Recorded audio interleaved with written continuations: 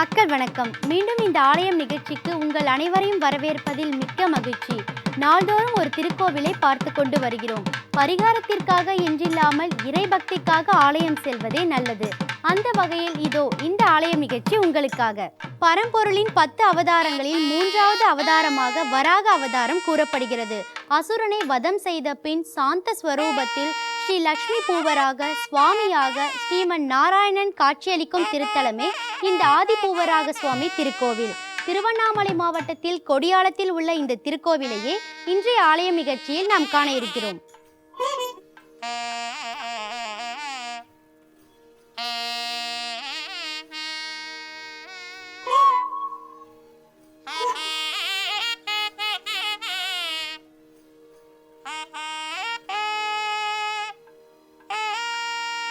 நமோ ஆஞ்சநேயம் நமோ திவ்யகாயம் நமோ வாயுபுத்திரம் நமோ சூரியமித்ரம் நமோ நிகில ரக்ஷாகரம் ருத்ரரூபம் நமோ மாருதிம் ராமதூதம் நமாமி.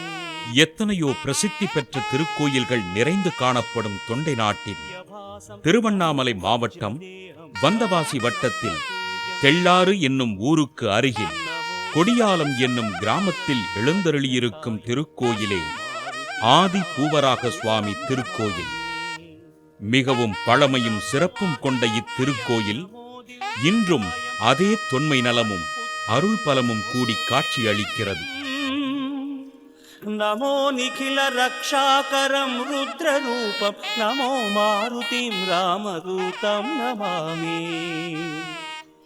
நமோ வானரேஷம் நமோ திவ்யபாசம் நமோ வஜ்ரதேஹம் நமோ பிரம்மதேஜம் நமோ சத்ரு சம்ஹாரகம் வஜ்ரகாயம் நமோ மாருதிம் ராமதூதம் நமாமி. கிபி 11ஆம் நூற்றாண்டில் இப்பகுதியை ஆண்டு வந்த அதிவிக்கிர சோழனின் பரம்பரையினர் இத்திருக்கோயிலை புனரமைப்பு செய்து நிலைநிறுத்தி உள்ளனர். இச்செய்திக்கு சான்றாக கல்வெட்டுக்கள் காண கிடைக்கின்றன. ஸ்ரீபதியான ஸ்ரீமன் நாராயணன் பரம், வியூகம், விபவம், அந்தர்யாமி, அர்ச்சை என்ற 5 நிலைகளில் இருந்து உலகை காத்து அருள் புரிகின்றார் என்பதை ஆகமங்களும் வேதங்களும் உணர்த்துகின்றன. நமோ வானரேந்திரம் நமோ விஸ்வபாலம் நமோ விஸ்வமோதம் நமோ தேவசூரம் நமோ ககன சஞ்சாரிதம் பவனதனயம் நமோ மாருதிம் ராமதூதம் நமாமி. நமோ ராமதாசம் நமோ பக்தபாலம் நமோ ஈஸ்வராம்சம் நமோ லோகவீரம் நமோ பக்தசிந்தாமணிம் கதாபாணிம் நமோ மாருதிம் ராமதூதம் நமாமி. நமோ வானரேந்திரம் நமோ விஸ்வபாலம் நமோ விஸ்வமோதம் நமோ தேவசூரம் நமோ. எம்பெருமான் எழுந்தருளிய 10 அவதாரங்களில் 3வது அவதாரமாக வராக அவதாரம் அமைகிறது. வராக அவதாரத்தின் போது சோமுகாசூரனை வதம் செய்துவிட்டு சாந்த சொரூபியாக ஸ்ரீ லட்சுமி பூவராக சுவாமியாக காட்சியளிக்கிறார் பெருமான். இங்கே இந்த கொடியாலம் திருத்தலத்திலே எம்பெருமான் ஸ்ரீலட்சுமி பூவராக சுவாமியாக தம்மை நாடி வரும் பக்தர்களுக்கு சகல தோஷங்களையும் நீக்கி மன அமைதி தந்து அருள் பாலிக்கிறார். ஸ்ரீ ஆஞ்சநேயம் நமஸ்தே பிரசன்னாஞ்சநேயம் நமஸ்தே.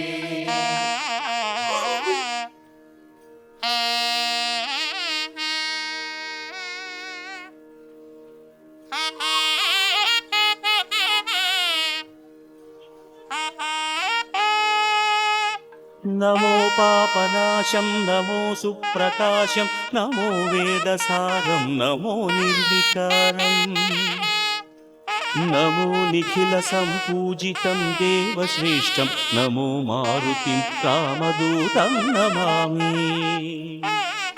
நமோ காமரூபம் நமோ ரௌத்ரரூபம் நமோ வாயுதனயம் நமோ வானராக்ரம் नमो भक्तवरदायकम् आत्मवासं नमो मारुतिं रामदूतं नमामि नमो पापनाशं नमो सुप्रकाशं नमो वेद எம்பெருமான் ஸ்ரீ ஆதி பூவராக சுவாமி திருக்கோயில் திருவண்ணாமலை மாவட்டம் வந்தவாசி தாலுக்கா குடியாலம் கிராமத்தில் மிக பெருமையான புகழ்வாய்ந்த பெரும்பெருமான் அம்புஜவல்லி நாயகி சமேத ஸ்ரீ ஆதி பூவராக சுவாமி எழுந்திருக்கார். இந்த எம்பெருமானுடைய திருவைபவம் விசேஷமான சத்ரு தோஷம் நீங்கிறதுக்காக எம்பெருமான் அவரை பிரார்த்தனை பண்ணி கொண்டால் நன்றாக நீங்கிவிடும், சகல சௌபாகியங்களும் ஏற்படும் என்பது உறுதி. எனவே எம்பெருமான் திருக்கோயில் பக்கத்தில் உள்ள கிராமம் பழவேரியும் நாவல்பாக்கம் கோழியாளம் பொரத்தி அக்னிகோடி தாத்தாச்சாரியார் வாழ்ந்த புனிதமான பக்க ஊரில் இருக்கக்கூடிய அக்னிகோடி தாத்தாச்சாரியனா பெரிய யாகம் செய்தவர். அப்படி ஏற்பட்ட மகான்கள்லாம் வாழ்ந்த இடம் இந்த திருக்கோயில் இருக்க இடமும் கொடியாலமும் 250-300 வீடுகள் நிறைந்த ஸ்ரீ வைஷ்ணவால் வாழ்ந்த இடம். அதனால் இந்த எம்பெருமானுக்கு இப்போ அந்த 250-300 வீடும் இல்லாவிட்டாலும் வைகானச புரோக்த முறைப்படி பட்டாச்சாரிய மூலமாகவே திருவாராதனம் கைங்கரியங்கள் செம்மையாக நடந்து கொண்டிருக்கிறது.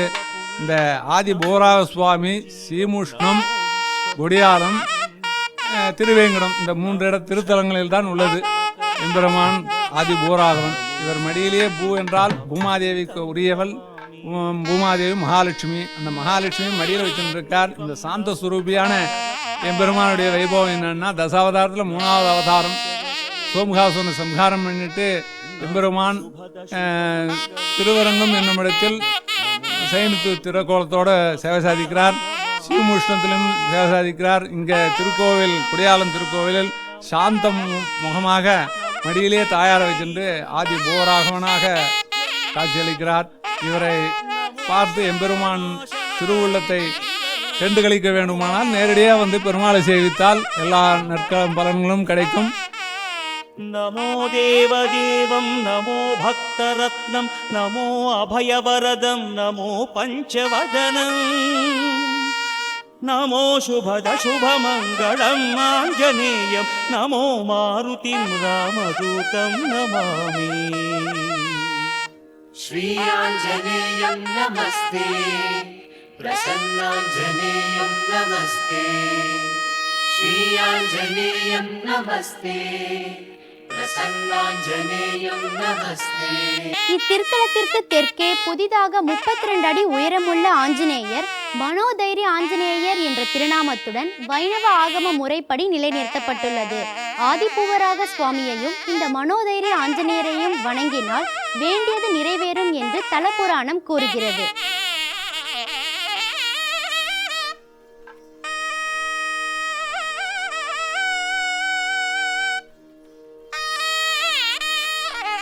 आञ्जनेया अञ्जनि तनया आनन्द हृदया अनन्त निलया. இந்த ஆதி பூவராக சுவாமி திருத்தலத்தின் தெற்கே 1 கிலோமீட்டர் தொலைவில் திண்டிவனம் வந்தவாசி சாலை உள்ளது. குடியாலம் கூட்டுச்சாலை அது. 39 ஆண்டுகளுக்கு முன் குட்டி குரங்குடன் இந்த பகுதியில் வாழ்ந்து வந்த தாய்க்குரங்கு இறந்துவிட்டது. இதே இடத்தில் தாய்க்குரங்கையும் குட்டி குரங்கையும் கிராம மக்கள் அடக்கம் செய்துள்ளனர். இந்தியாவை பொறுத்தவரை குரங்கை ஆஞ்சநேயர் என்று பக்தியுடன் வணங்கும் பாரம்பரியம் உள்ளது. அந்த அடிப்படையில் அதே இடத்தில் இப்போது 32 அடி உயரமுடைய மனோதைரிய ஆஞ்சநேயர் சிலை நிலைநிறுத்தப்பட்டுள்ளது. இந்த சிலை மிக பிரம்மாண்டமாக சுதை வேலைப்பாட்டுடன் காண்பதற்கு அழகும் அருளும் கூடியதாக அமைந்திருக்கிறது.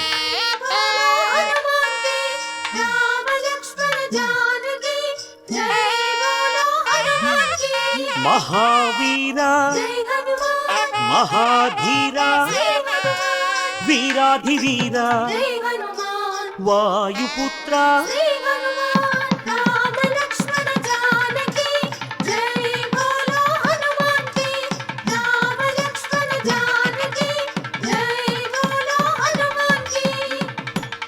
சிலைக்கு கீழே கோயில் அமைத்து மூல விக்கிரகமும் அமைக்கப்பட்டுள்ளது.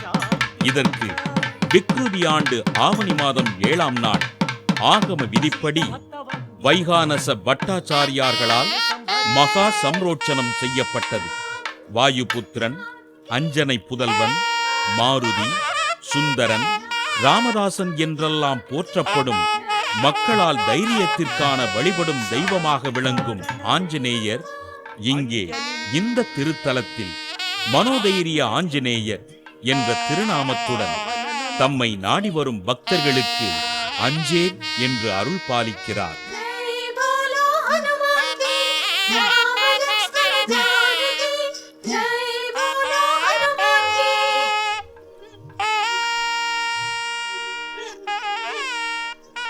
शांति भूषण बंधचेधन रत्न भूषण तंत्र भंजन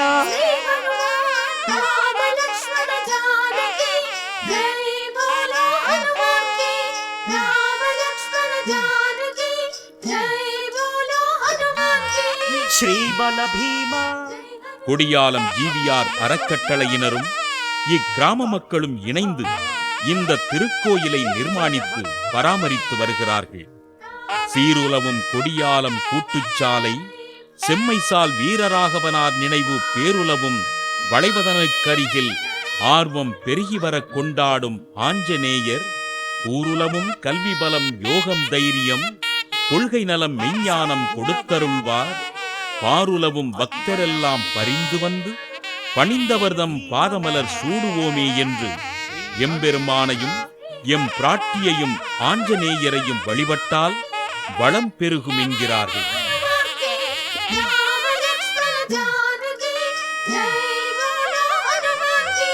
शांति भूषण अभय कारण भव भयनाशन वानर नंदन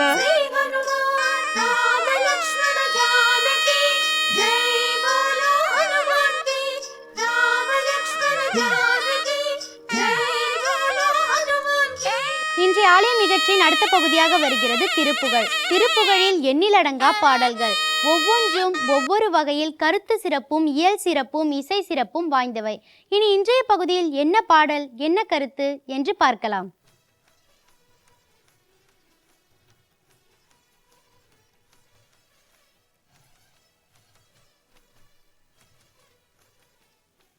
எல்லோரும் இன்புற்றிருக்க நினைப்பதுவே அல்லாமல் வேறொன்று அறியேன் பராபரமே. உத்தரமேரூர் எனும் திருத்தலத்தில் எழுந்தருளியிருக்கக்கூடிய முருகப்பெருமானை துதித்து அருணகிரிநாதர் பாடிய பாடல் தோல் எலும்பு சீழ் நரம்பு எனும் பாடல். அந்த பாடலை 4 பகுதிகளாக நாம் விளக்கம் பார்க்க போகின்றோம். அதில் 2வது பகுதியாக இன்று பார்க்கக்கூடியது. இந்த உத்தரமேரூரில்தான் முன்னோர்கள் எப்படியெல்லாம் வாழ்ந்தார்கள், இந்த கல்வெட்டு, ஓலை சுவடி என்றெல்லாம் சொல்கின்றோம் அல்லவா? அதன் மூலம் நமது முன்னோர்கள் காலத்தில் எவ்வாறு இன்று என்னவோ, அதாவது ஓட்டு போடுறது, தேர்ந்தெடுப்பது சொல்கின்றார்கள் அல்லவா, தேர்தல் களம், இது அந்த காலத்திலேயே குடவோலை முறையில் தேர்ந்து எடுத்ததாக அந்த ஊர் கல்வெட்டுகள் சொல்கின்றன. உலகமே ஆச்சரியப்படுகின்றது, இப்படிப்பட்ட ஒரு வாழ்க்கை வாழ்ந்திருக்கிறார்களே உயர்ந்த நிலையில் என்று. அந்த நிகழ்ச்சியை சொல்லக்கூடியது உத்தரமேரூர் திருத்தல கோவில் கல்வெட்டுகள் எல்லாம்.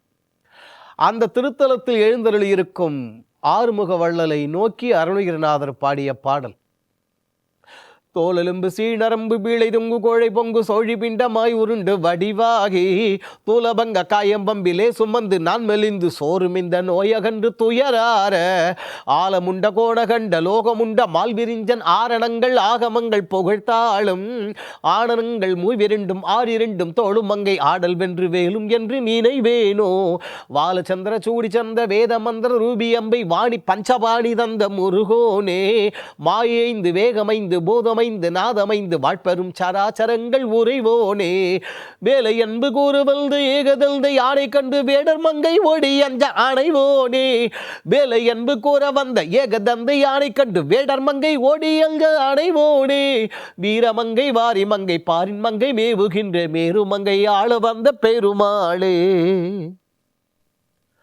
அற்புதமான சந்தம். தமிழ் எப்படி அனுபவித்திருக்கிறார் பாருங்கள். பாடலின் பிற்பகுதியில் உண்டான விளக்கம், அங்கே வள்ளி நாச்சியார் விநாயக பெருமான் யானை வடிவத்தில் வந்ததைக் கண்டு பயந்து போய் முருகனை கட்டி தழுவினாள். வள்ளி கல்யாணம், அது எதை குறிப்பது, அருணகிரிநாதர் ஏன் சொன்னார் என்று பார்த்தோம். இப்பொழுது பார்க்கக்கூடியது மாயை 5, வேகம் 5, பூதம் 5, நாதம் 5. என்ன தகவல்கள்! இதையெல்லாம் நாம் தெரிந்து கொள்ளாமல் தமிழில் எழுதப்பட்டிருக்கக்கூடிய இப்படிப்பட்ட பொக்கிஷங்களை வேறு யார் அனுபவிக்கப் போகின்றார்கள்? 4 விதமான தகவல்களை சொல்லி 5 என்று இருக்கின்றார். அவரை விட்டால் சொல்வதற்கு யாரும் கிடையாது. மாயை 5. மாயை என்றால் நாம் பலவிதமான பொருள்கள் சொல்லுவோம். ஆனால் இங்கு மாயை என்பதே 5 விதமான வடிவங்களாக அருணகிரிநாதர் சொல்கின்றார். அதை உணர வேண்டியது நம்முடைய பொறுப்பு. தமம் முதல்து. தமம், மாயை, மோகம், அவித்தை, அனிர்த்தம் என்று 5 விதமான மாயைகள் சொல்லப்படுகின்றன. அதில் இந்த தமம் என்பது ஜீவ சைதன்யத்தை மறைக்கக்கூடியது. அதுதான் உண்மை. கை வலிக்கலாம், கால் வலிக்கலாம், எல்லாம் வலிக்கலாம், மனசு வலிக்கலாம். ஆனால் உள்ளே இருக்கக்கூடிய ஆன்மா என்று சொல்கின்றோமே, அதை உயிர் என்றும் சொல்லுங்களேன். அதற்கு எந்த விதமான வலியும் கிடையாது. நினைவில் வைத்துக் கொள்ள வேண்டியது அது. ஜீவ சைதன்யத்தை மறைத்து நம்மை வேட்டையாட விடுகின்றதல்லவா, அது தமம். 2வது மாயை என்பது உலக வடிவத்தை வேறு விதமாக பார்ப்பது. அதாவது நல்லவைகளை கெட்டவைகளாகவும், கெட்டவைகளை நல்லவைகளாகவும் பார்க்கக்கூடியது இந்த 2வது தொகுதி மாயை என்பது. 3வதாக மோகம் என்று இந்த மாயையில் 3வது பகுதி பார்த்தோம் அல்லவா, அது வேறு எதுவும் அல்ல, விபரீத ஞானத்தை உண்டாக்கக்கூடியது. அதாவது எவ்வளவு அழகு, என்ன அழகுற! எப்படியாவது அதை தெரிகின்றதா? அப்படிப்பட்ட விபரீத ஞானத்தை உண்டாக்கக்கூடியது. 4வது அவித்தை என்று சொன்னோமே, அந்த 4வது மாயை அது வேறு எதுவும் அல்ல, நம் உணர்ச்சிகளை அழிப்பது. அதாவது நல்லதை கெட்டதாக புரிந்து கொண்டோம், கெட்டதை நல்லவைகளாக புரிந்து கொண்டோம். அதில் நல்லவைகளை நீக்கிவிட்டு கெட்டதை அனுபவிக்கக்கூடியது மோகம். ஒவ்வொன்றாக எவ்வளவு அழகாக படிப்படியாக சொல்லி கொண்டு வந்திருக்கிறார்கள் பாருங்கள். அப்படிப்பட்ட கெட்டதை வெகு விபரீதமாக, அதாவது வெறிபிடித்து போய் நாம் கடைப்பிடிக்கும் பொழுது உணர்ச்சிகளின் அழிவு, அதுதான் அவித்தை என்பார்கள். 4வது மாயை. 5வது மாயை என்பது அனிர்த்தம் என்று சொல்கின்றோம் அல்லவா, சத்துக்கு அந்நியமாக இருப்பது. புரியவில்லை அல்லவா? எளிமையான உதாரணம். அதாவது நல்லவைகளுக்கு அந்நியமாக இருப்பது. எளிமையான உதாரணம் சொன்னால் புரியுமே நமக்கு. தண்ணீர் எல்லாருக்குமே தெரியும். ஆனால் அந்த தண்ணீர் இல்லாத இடத்திலும் காணல் நீர், அதை நம்பி போய் ஏமாந்து போய் விடுகின்றோம் அல்லவா, அதுபோல நல்லவைகளுக்கு அந்நியமாக இருப்பது. இப்படி மாயை 5. மறுபடியும் அதை வரிசைப்படுத்தி சொல்கின்றேன். தமம், மாயை, மோகம், அவித்தை, அனிர்த்தம் என்று 5 விதமான மாயைகள். மாயை 5. மாயை 5 என்று சொன்ன அருணகிரிநாதர் உடனே வேகம் 5 என்கின்றார். அந்த வேக சக்தி என்பவை என்ன? 5 சக்திகள்: சித் சக்தி, பராசக்தி, இச்சா சக்தி, ஞான சக்தி, கிரியாசக்தி என்று சொல்லக்கூடிய 5 சக்திகள். இந்த 5 சக்திகளும் நம் உடம்பின் உள்ளே இருக்கின்றன. அதனால தான் மாயை 5 என்றவுடன் வேகம் 5 என்றார். அந்த வேகம் 5 என்ன என்று பெயர்களை பார்த்தோம். அதனுடைய அற்புதமான நுணுக்கமான தகவல்கள் என்ன என்பதை அடுத்த நிகழ்ச்சியில் பார்ப்போம். ஆறுமுகவள்ளல் நம் எல்லோருடைய உள்ளங்களிலும் இல்லங்களிலும் எழுந்தருளியிருந்து எல்லா விதமான தீமைகளையும் நீக்கி நம் எல்லோர் குடும்பங்களிலும் ஒற்றுமை, ஆரோக்கியம் என்று சொல்லக்கூடிய அந்த மங்களங்களை நிறைவிக்குமாறு வேண்டுவோம். அவனும் அருளுவான். சரி நேர்களே, இன்றைய ஆலயம் நிகழ்ச்சி உங்களை சந்தோஷப்படுத்தி இருக்கும், ஆனந்தப்படுத்தி இருக்கும் மற்றும் புதிய செய்திகளை உங்கள் முன் வைத்திருக்கும் என்று நம்புகிறோம். இந்நிகழ்ச்சி குறித்த உங்கள் கருத்துக்களை எங்களுக்கு தெரியப்படுத்த மீண்டும் வேறொரு ஆலயம் நிகழ்ச்சியில் உங்களை சந்திக்கும் வரை உங்களிடமிருந்து விடைபெறுவது சரண்யா. நன்றி, வணக்கம்.